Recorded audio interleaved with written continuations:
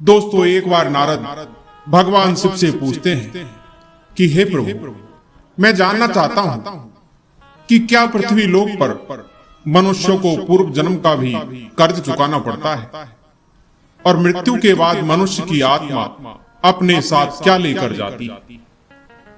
भगवान शिव कहते हैं, नारद, काफी समय पहले की बात, एक गांव में हरिशंकर नाम का व्यक्ति रहा करता था। हरिशंकर का जन्म एक गरीब परिवार में हुआ था, लेकिन वह बुद्धिमान और मेहनती था। जब हरिशंकर निर्धन था तो उसे अधिक धन की लालसा नहीं।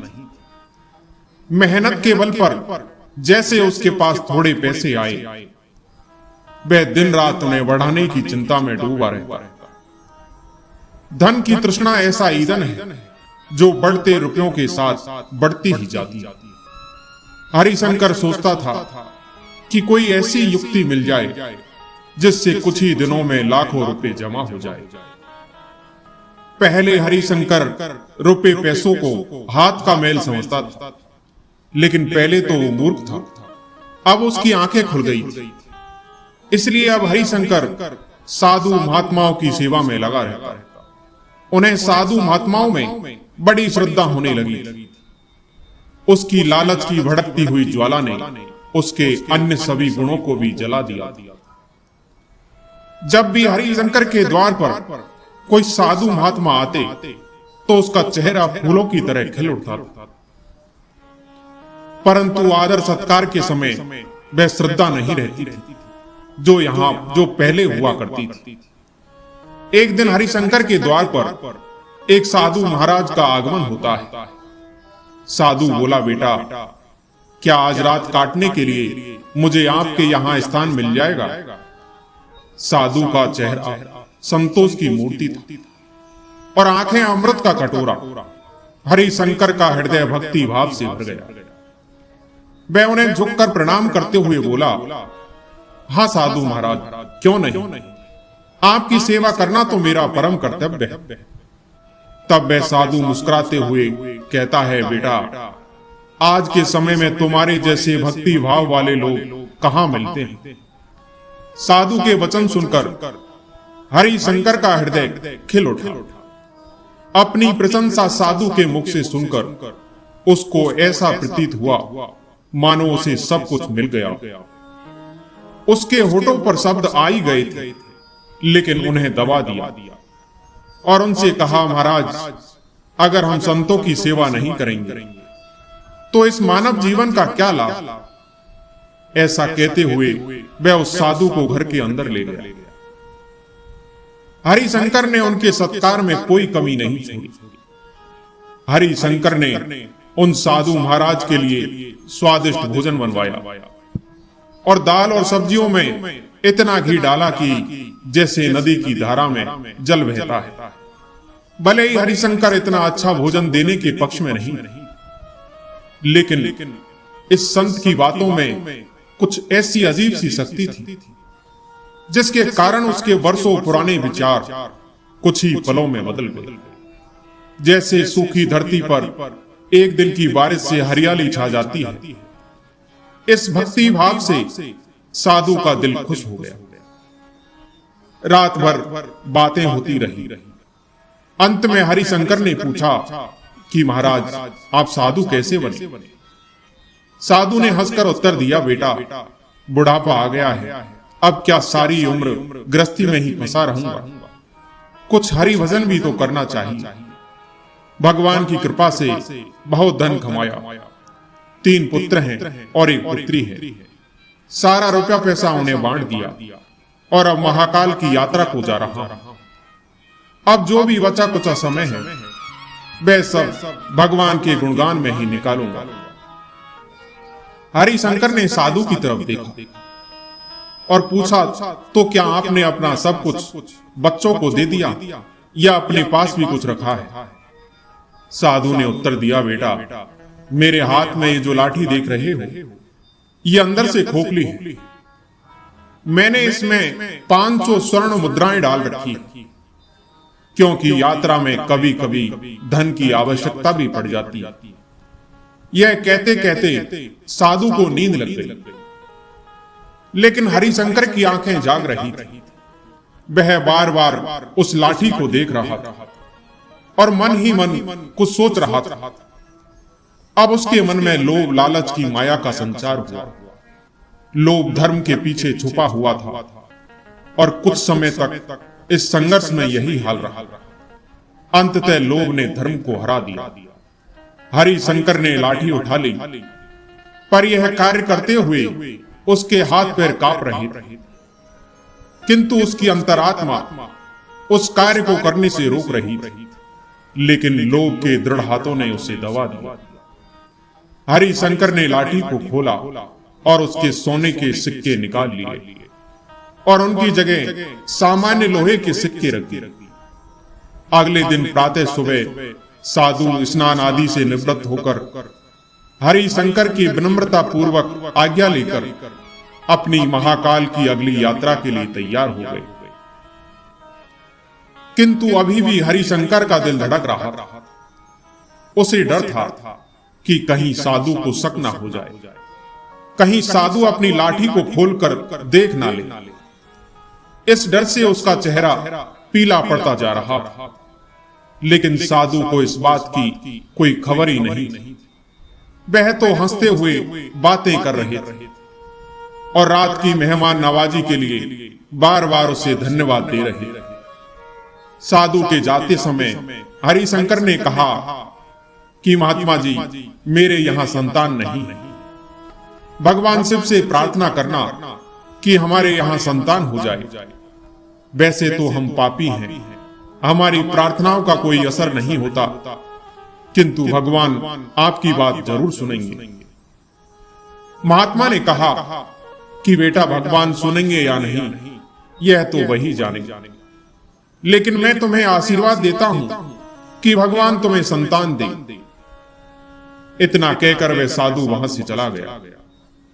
साधु के चले जाने के बाद हरिशंकर को ऐसा लग रहा था कि मानो उसके दिल से एक बड़ा पत्थर हट गया। लेकिन हरिशंकर इस चोरी के फल से नहीं बच सकता था। उसका मन और मस्तिष्क अनुभव कर रहा था, परंतु वह इस चोरी के प्रकट होने से बहुत डरता था। चोरी का प्रकट होना प्रत्यक्ष था, किंतु उसका फल भविष्य के पर्दे में था। मनुष्य वर्तमान समय के सामने भविष्य की परवाह नहीं करता। इधर जब वह साधु महाकाल पहुंचे तो उनका हृदय अत्यंत प्रसन्न हो गया। भगवान शिव के दर्शन हो गए, उनका मन महादेव में लीन हो गया। यहां साधु संतों को देखकर उन्हें इतनी प्रसन्नता हुई मानो उन्हें सभी देवताओं के साक्षात दर्शन हो गए। उनका मन ईश्वर भक्ति में लीन हो गया। फिर अगले दिन साधु एक हलवाई के पास गए और बोले, बेटा, मैं महामृत्युंजय मंत्र का जाप कराना चाहता हूं, जिसमें महामृत्युंजय मंत्र का जाप करने वाले और सभी साधु संतों को भोजन दिया जाएगा। इसका कितना खर्च आएगा? हलवाई ने अनुमान लगाया और जवाब दिया कि 300 रुपए में सब कुछ शानदार ढंग से हो जाएगा। साधु ने थोड़ी देर सोचा और कहा, क्या तुम ये सारी व्यवस्था कर पाओगे? हलवाई ने, हाँ, मैं सारी व्यवस्था कर दूंगा। साधु हलवाई से बोले, ठीक है, फिर कल की सारी व्यवस्था आप ठीक से कर देना। जो भी धन लगेगा मैं आपको चुका दूंगा। अगले दिन महाकाल के परिसर में बड़ी ही धूमधाम और खुशी के साथ महामृत्युंजय मंत्र का जाप हुआ और सभी को श्रद्धा पूर्वक भोजन खिलाया गया। वहां मौजूद सभी लोग यह देखकर खुशी से कहने लगे कि साधु स्वयं गरीब होकर कितने उदार है और जिनके पास धन की कोई कमी नहीं होती वह व्यर्थ के दिखावे में लुटा देते हैं, परंतु धर्म के कार्यों में 1 रुपए भी खर्च नहीं कर पाता। यह एक नेक इंसान दिल है जिसने अपना धर्म समझा और धर्म के सामने धन का मोह नहीं देखा। उन लोगों के मुंह से अपनी प्रशंसा सुनकर साधु की खुशी का कोई ठिकाना नहीं रहा। उनका हृदय आनंद से भर गया, किंतु दूसरी ओर उसका भाग्य रो रहा था। इधर जब संध्या हुई तो साधु अपने कमरे में पहुंचे। अपने कमरे का दरवाजा बंद किया और लाठी को खोलकर देखा तो लाठी के अंदर लोहे के सिक्के को देखकर उसका हृदय थम गया। उसे ऐसा प्रतीत हुआ मानो वह कोई भयानक स्वप्न देख रहा हो। वह चाहता था कि यह स्वप्न जल्द से जल्द टूट जाए, पर यह कोई ऐसा स्वप्न नहीं था कि नींद खुल जाए और स्वप्न टूट जाए। वह बार बार अपनी आंखें मलमल कर देखता, पर सिक्के वही थे लोहे के। अब उस साधु को थोड़ी ही देर में उस हलवाई को हिसाब करके उसका धन लौटाना था। अब क्या होगा? अपमान की छवि उसकी आंखों के सामने खिंच गई। वह कहने लगा, हे प्रभु, आप मुझे क्षमा करें। अब साधु को अपमान का ख्याल अपमान से भी ज्यादा डरावना लग रहा था। उनमें इसे सहन करने की शक्ति नहीं। वह कुछ देर तक सोचता रहा और अपने कमरे का अचानक से दरवाजा बंद कर लिया। इसके साथ ही अब उम्मीद के द्वार भी बंद हो गए। साधु ने चारपाई की रस्सियों को निकाला और उन्हें छत से लटका दिया। अब मौत उसके दरवाजे पर खड़ी थी कि तभी महात्मा की अंतरात्मा ने उपदेश दिया। दिमाग ने भी सलाह दी कि तुम क्या कर रहे हो, ऐसा करना गलत है। पर उस साधु को निराशा ने हर तरफ से हरा कर रख दिया। महात्मा का चेहरा मृत व्यक्ति की तरह सफेद पड़ गया। तब उसने चारपाई पर खड़े होकर रस्सी का फंदा अपने गले में डाल लिया और कांपते हुए पैरों से चारपाई को ठोकर मार दी। वह महात्मा फांसी पर झूल गया और अब उसकी मौत हो चुकी थी। लेकिन किसे पता था कि शाम इतनी दुखद होगी। कुछ ही समय बाद इस घटना की खबर चारों ओर फैल गई। सबसे ज्यादा दुख उस हलवाई को हुआ। यह सब देखकर उस हलवाई ने ही साधु का अंतिम संस्कार किया। भगवान का नाम लेकर हलवाई अपने काम में लग गया। आगे भगवान से कहते हैं नारद, वह साधु तो मर गया, लेकिन उसका आशीर्वाद अभी भी जीवित था। 1 साल के भीतर ही हरिशंकर के घर में एक पुत्र का जन्म होता है। इससे हरिशंकर बड़ा प्रसन्न था, मानो सारे संसार का धन उसे मिल गया। अब तो हरिशंकर के अंधेरे घर में प्रकाश छा गया था। अब उसके पैर धरती पर नहीं पड़ते थे। उसने बालक का नामकरण संस्कार बड़े ही धूमधाम से किया। इस उत्सव के अवसर पर एक नगर भोज दिया गया। हरिशंकर ने अपनी सारी जिंदगी की कंजूसी निकाल दी और धन को पानी की तरह बहाया। हरिशंकर ने अपने पुत्र का नाम आत्मदेव रखा। आत्मदेव बहुत ही सुशील और भगवान का उपासक था।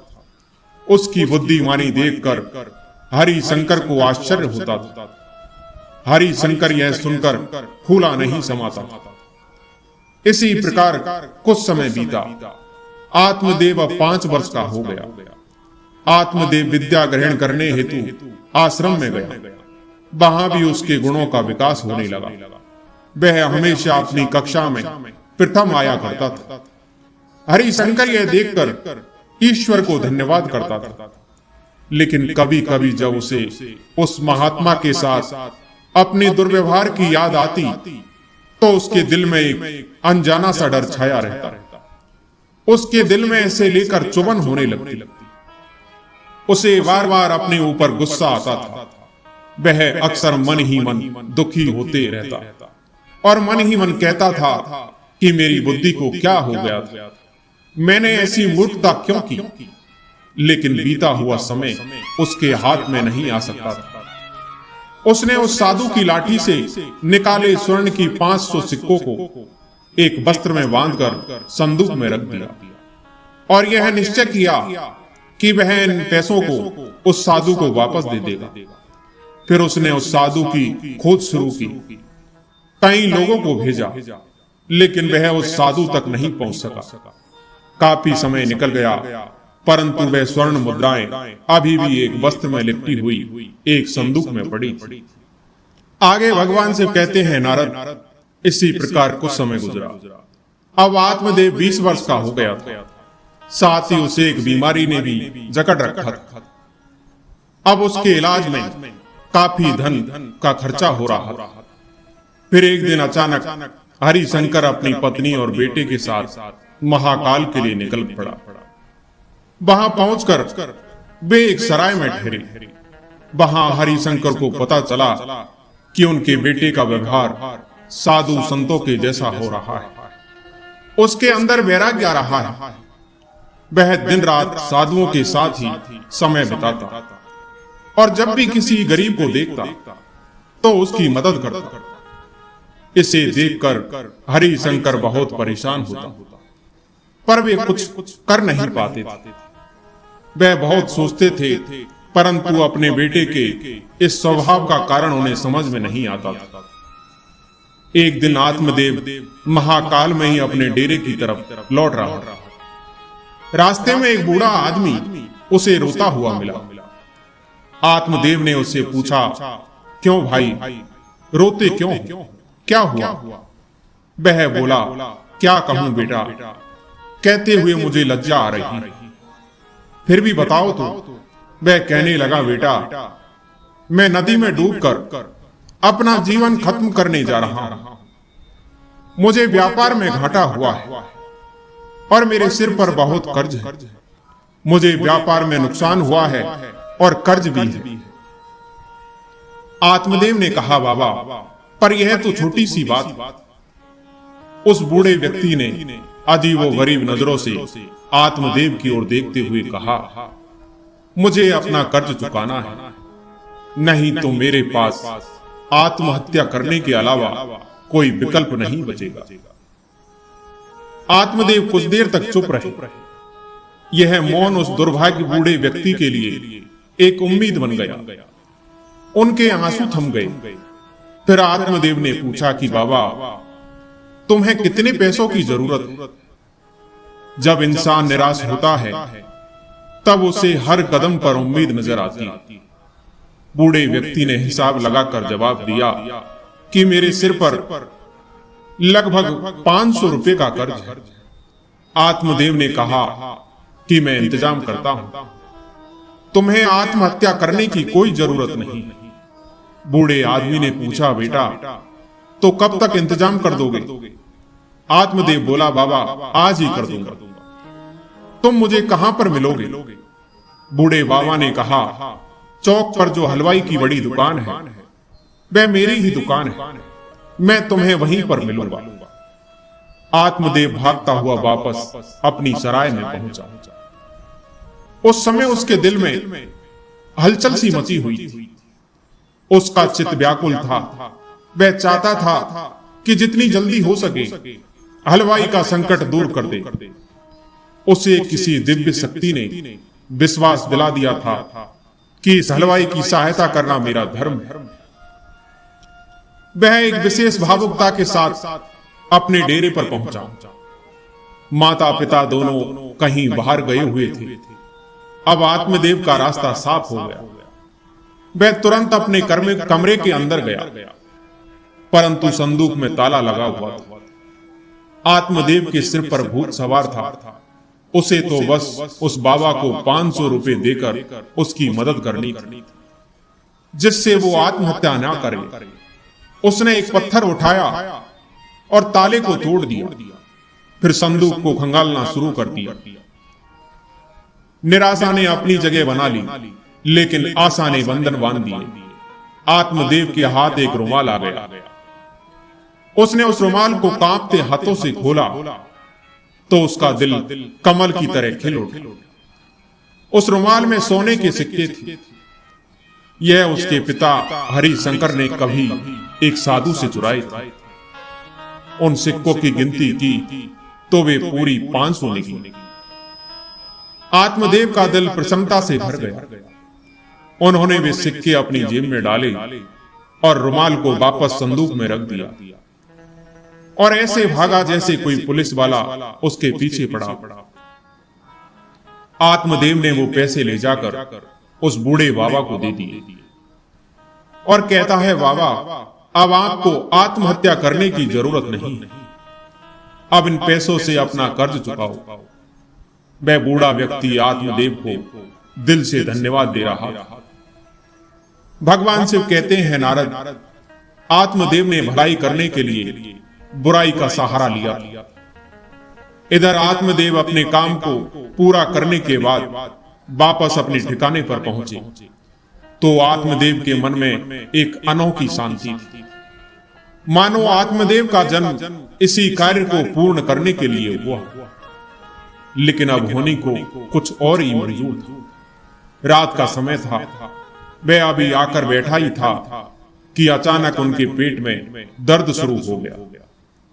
आत्मदेव एक साहसी युवक था और बड़े से बड़े कष्ट में भी कभी हिम्मत नहीं हारता था। लेकिन यह दर्द इतना विचित्र था कि उसकी चीखें निकल गई। उसके पिता ने भी जब देखा तो उन्हें लगा जैसे कोई आपदा आने वाली। वे डॉक्टर के पास भागे, पर डॉक्टर के आने से पहले ही आत्मदेव ने प्राण त्याग दिया। जब उसके पिता ने उसे देखा कि आत्मदेव ने प्राण त्याग दिए तो उसका हृदय अत्यंत पीड़ा से भर गया। वो बेहोश होकर वहीं गिर पड़े और कई दिनों तक बीमार रहे। परंतु आत्मदेव के साथ क्या हुआ था यह आज तक उन्हें समझ में नहीं आया। एक दिन हरिशंकर ने संयोग से उस संदूक में हाथ डाला तो उन्हें सोने के सिक्कों वाला रुमाल नहीं मिला। तभी उन्हें कई वर्षों पुरानी ये घटना याद आई। लेकिन उन सोने के सिक्कों के खो जाने और आत्मदेव की मृत्यु के बीच संबंध उन्हें कभी समझ नहीं आया। फिर भगवान शिव कहते हैं, नारद, तुमने समझ लिया होगा कि इन दोनों घटनाओं में क्या संबंध था। भगवान शिव कहते हैं, नारद, वह साधु जिसके सोने के सिक्के हरिशंकर ने चुराए थे, उस साधु ने हरिशंकर के बेटे आत्मदेव के रूप में पुनर्जन्म लिया था। उस साधु के पुनर्जन्म आत्मदेव ने उन सोने के सिक्कों को हरिशंकर से चुराकर उसे दे दिया, जिसने साधु के लिए भंडारे का प्रबंध किया। इस प्रकार उसने अपने पूर्व जन्म का कर्ज चुका दिया। जैसे ही उसने अपना कर्ज चुकाया, आत्मदेव के प्राण निकल गए और हरिशंकर को अपने कर्मों की यही सजा थी, जिसके चलते वह अपने युवा बेटे की मौत के दुख में जीवन भर रोते रहा। फिर भगवान शिव कहते हैं, नारद, आत्मदेव ने तो अपना कर्ज चुका दिया, जिससे उसे तो मोक्ष की प्राप्ति हो गई। लेकिन हरिशंकर कुछ वर्ष जीवित रहकर अपने बेटे की मौत के दुख में रोता रहा। कुछ वर्षों के बाद जब उसकी मृत्यु का समय आया तो उसकी आत्मा को यमराज के दरबार में लाया गया। तब यमराज ने उसके कर्मों का लेखा जोखा देखकर उसे घोर नरक में डाल दिया। कुछ समय बाद हरिशंकर को अपाहिज बनाकर कुत्ते के रूप में जन्म देकर के वापस पृथ्वी लोक पर भेज दिया। भगवान शिव कहते हैं, नारद, जो भी मनुष्य अपने जीवन काल में अपना कर्ज नहीं चुकाते हैं, उन्हें जन्म जन्मांतर तक कई तरह के कष्ट भोगने पड़ते हैं। इसलिए मनुष्य को अपने द्वारा लिए गए कर्ज और एहसान को चुकता करना चाहिए। भगवान शिव कहते हैं, नारद, इसके अतिरिक्त भी 5 ऐसी चीजें हैं जो मृत्यु के पश्चात भी उसका साथ नहीं छोड़ती और मृत्यु के पश्चात भी उसकी आत्मा के साथ ही रह जाती। मृत्यु के पश्चात जब आत्मा कोई दूसरा शरीर धारण करती है तो ये चीजें उस आत्मा के साथ नए शरीर में प्रवेश कर जाती।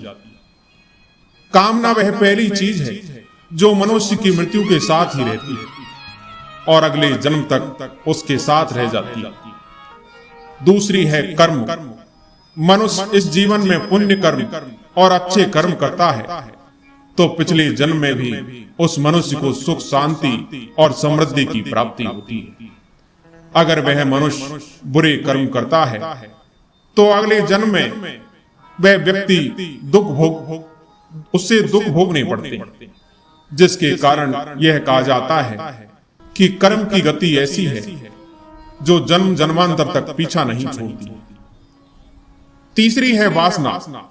वासना भी कामना का ही एक दूसरा प्रकार है, जो एक ऐसी चीज मानी जाती है जिसका कोई अंत नहीं। मृत्यु की चौखट पर आए हुए लोग भी वासना से मुक्त नहीं हो पाते। इस सांसारिक सुख की चाहत और काम की इच्छा वासना कहलाती। मन की शांति और ज्ञान ही एकमात्र वस्तु है जो हम इससे मुक्ति दिलवा सकती। चौथी है स्मृति या ज्ञान। ज्ञानी मनुष्य हमेशा बुद्धिमान और विवेकशील रहते हैं, जिस कारण से उन्हें जल्दी ही मुक्ति प्राप्त होती है। और पांचवी है कर्ज। ये एक ऐसी चीज है जो मनुष्य के मरने के बाद भी उसका पीछा नहीं छूटती। अगर किसी से कर्ज लिया है तो उसे जरूर चुका देना चाहिए। भगवान शिव कहते हैं, नारद, मनुष्य के द्वारा दिया गया कर्ज और लिया गया कर्ज जन्म जन्मांतर तक उस मनुष्य की आत्मा के साथ ही रहता है। अगर कोई मनुष्य कर्ज लेकर मरता है तो उससे वह कर्ज परलोक में वापस मांगा जाता है, साथ ही उसे उस कर्ज की सजा भी दी जाती है और उस मनुष्य के पुनर्जन्म में उस कर्ज के भरण के तौर पर उसे मनुष्य के शरीर के किसी भी हिस्से को अपंग या अपाहिज बना दिया जाता है। अगले मिलने वाले जन्म में भी वह व्यक्ति सुख सुविधाओं से दूर रहता है और हमेशा अपने जीवन में दुखी ही रह जाता है। दोस्तों, इस प्रकार से भगवान शिव ने नारद को बताया था कि किस प्रकार पृथ्वी लोक पर मनुष्यों को पूर्व जन्म का भी कर्ज चुकाना पड़ता है और मृत्यु के बाद मनुष्य की आत्मा अपने साथ क्या क्या लेकर जाती है। दोस्तों, आज की कहानी यही समाप्त होती है। मैं आशा करता हूं ये कहानी आपको जरूर पसंद आई होगी। कहानी पसंद आई हो तो वीडियो को लाइक और सब्सक्राइब जरूर करें। धन्यवाद।